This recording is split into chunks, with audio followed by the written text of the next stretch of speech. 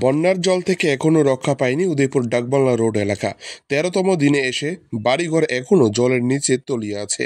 ঘরের জিনিসপত্র থেকে শুরু করে জরুরি বিভিন্ন সামগ্রী জলের উপর ভেসে চলেছে। এই ধরনের চিত্র এখনও দেখা যাচ্ছে উদয়পুর শহরের বুকে। একদিকে যেমন ডাকবাংলা রোডে বন্যার জল জমে আছে, অন্যদিকে বাড়িঘরগুলিতে মানব শূন্যতা দেখা দিয়েছে। আমাদের প্রতিনিধি বন্যা কবলিত এলাকাগুলি বিভিন্ন চিত্র তুলে ধরেছে।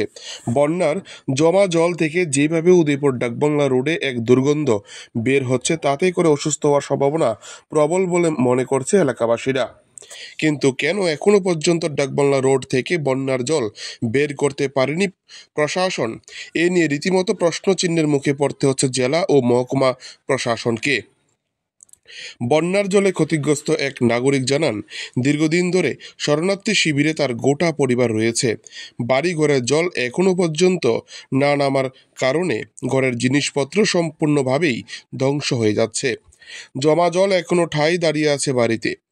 একদিকে দুর্গন্ধ, অন্যদিকে বিভিন্ন বিষাক্ত পোকামাকড়ের বাসা বাঁধতে শুরু করেছে ঘরের মধ্যে। কবে নাগাদ ডাকবাংলা রোডের বন্যার জল বাড়ি থেকে নামবে তা বলতে পারছে না বাড়ির সদস্য বিশ্বজিৎ। এই ধরনের করুণ চিত্রগুলি এখনও উদয়পুর শহর সহ তার আশপাশ গ্রামীণ এলাকাগুলিতে দেখা যাচ্ছে প্রতিনিয়ত। কোনো বড় ধরনের সিদ্ধান্ত এখনো পর্যন্ত গ্রহণ করতে পারেনি গোমতী জেলা প্রশাসন। কিভাবে উদয়পুর ডাকবাংলা রোডে এই গুরুত্বপূর্ণ জায়গা থেকে জল সরানো হবে? এই এলাকায় বসবাস করছে সাধারণ মানুষ ছাড়াও গোমতী জেলা ও মহকুমা প্রশাসনে বিভিন্ন বড় বড় জেলার আধিকারিকরা।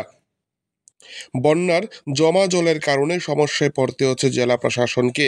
সব মিলিয়ে এক দুর্বিষহ অবস্থা তৈরি হয়েছে উদয়পুর ডাকবাংলা রোড সহ বর্মাবাড়ি এলাকার বিভিন্ন জায়গায়। এখন দেখার ১৩তম দিনে এসে প্রশাসন বন্যার জল সরাতে কি উদ্যোগ গ্রহণ করে। উদয়পুর থেকে নিজস্ব প্রতিনিধি রিপোর্ট, TV100 বাংলা। 22 তারিখের থেকে আমরা বাড়ি ছাড়াই থাক। তো এখন জল তো নামতেছে খুব ধীরগতিতে। তো কালকে প্রশাসনিক তরফ থেকেও দমকল লাগাইছে এটার। তো প্রশাসনিক থেকে কইছে তো যত তাড়াতাড়ি পারে জলটা নামাই দেবে এখান করে।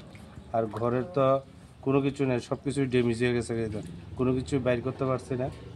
এই কী করে বালিশ টালিশ তো দেখতেছে সব জলে ভাসতেছে। তো ঘরে আজকে ঢুকছিলাম, সব পচা গন্ধ বাইরে হয়ে গেছে। কতদিন সময় লাগবে জলটা নামতে? এখন প্রশাসনের দিক থেকে তো 2 দিন কইছে, 2 দিনের মধ্যে তো কইছে দমকল তো লাগাইছে এন্দা বড়, তারপরে জামজুরি দিয়েও 5-6টা দমকল লাগাইছে কইছে তারা। এটার জল বাইরেতে এটা তো একটা বিএপি রুট। হ্যাঁ, বিএপি রুটের এই ধরনের অবস্থা। বিএপি রুটের কি কম, আমার মতন তো সবারই অবস্থা। এখন তো সবাই গিয়া আমরা পাড়াতে কিছু গিয়া ডিএম এর কাছে জানাইছে। কইছে ডিএম তো কইছে যথাসম্ভব চেষ্টা করবে। তাই চেষ্টা করতেছে। কালকে তো দেখলাম বড় দমকুলি একটা লাগাইছে। আমরা বিশ্বাস যে হয়তো 2 দিনের মধ্যে হয়তো নাইমা যাবে, কিন্তু জলের অবস্থা তো খুবই করুণ।